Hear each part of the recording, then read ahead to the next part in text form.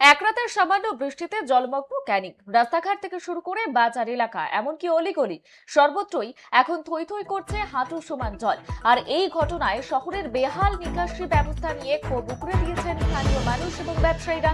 শনিবার রাতে দীর্ঘক্ষণ ধরে না হলেও মাঝারি মানের বৃষ্টিপাত হয়েছে দক্ষিণ চব্বিশ পরগনার এই শহরে। আর তাতেই রবিবার সকাল পর্যন্ত জলবন্দী অবস্থায় দিন কাটাচ্ছেন শহরের বড় অংশের মানুষ। ক্যানিং এর প্রধান সড়ক থেকে শুরু করে ভেতরের গলিগুলো জলের তলায় চলে গিয়েছে।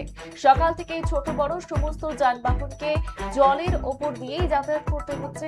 অনেক ক্ষেত্রে অটো বা টোটো বিকল হয়ে মাঝ রাস্তায় দাঁড়িয়ে পড়ায় বিপাকে পড়েছেন অফিস যাত্রী থেকে শুরু করে পথচারীরা। বাজারের ভেতরে জল ঢুকে যাওয়ায় ব্যাপক ক্ষতির মুখে পড়েছেন ব্যবসায়ীরা। জিনিসপত্র নষ্ট হওয়ায় ভয়ে কপালে চিন্তার ভাঁজ উঠেছে তাদের। শহরের এই বেহাল পরিস্থিতির জন্য সরাসরি তৃণমূল কংগ্রেসের দিকে আঙুল তুলেছে বিজেপি।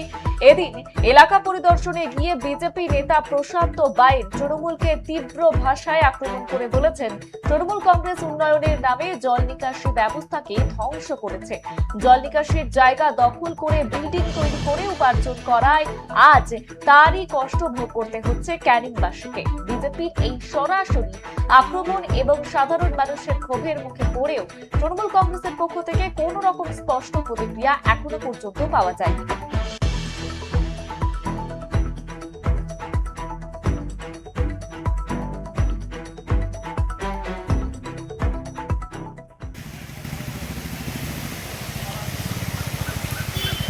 আছে মানুষের উন্নয়ন 15 বছরে যা হয়েছে ক্যানিংবাসী সেটা বুঝতে পারছে।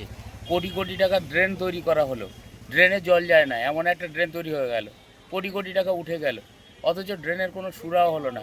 মানুষ যে দুর্ভোগে আছে সেই দুর্ভোগেই পড়ে আছে। শুধু উন্নয়ন মুখে হয়েছিল, সেই বাস্তব রূপটা মানুষ এখন বুঝতে পারছে।